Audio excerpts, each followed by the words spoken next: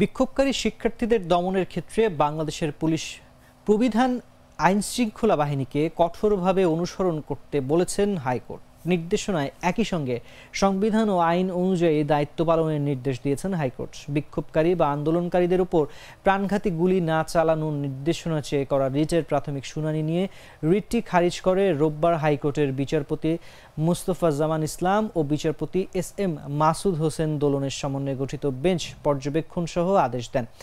আইনজীবীরা বলেছেন, আন্দোলন দমনে পুলিশকে টিআরবি অনুসরণ করার নির্দেশ দেওয়া হয়েছে।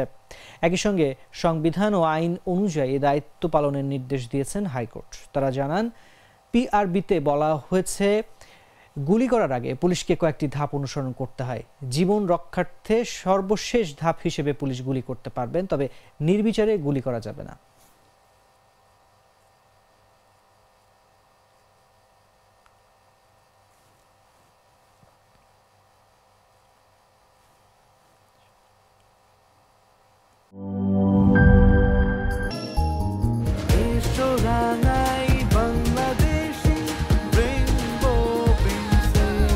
রেইনবো পেইন্টস, ছড়াও জীবনের রং।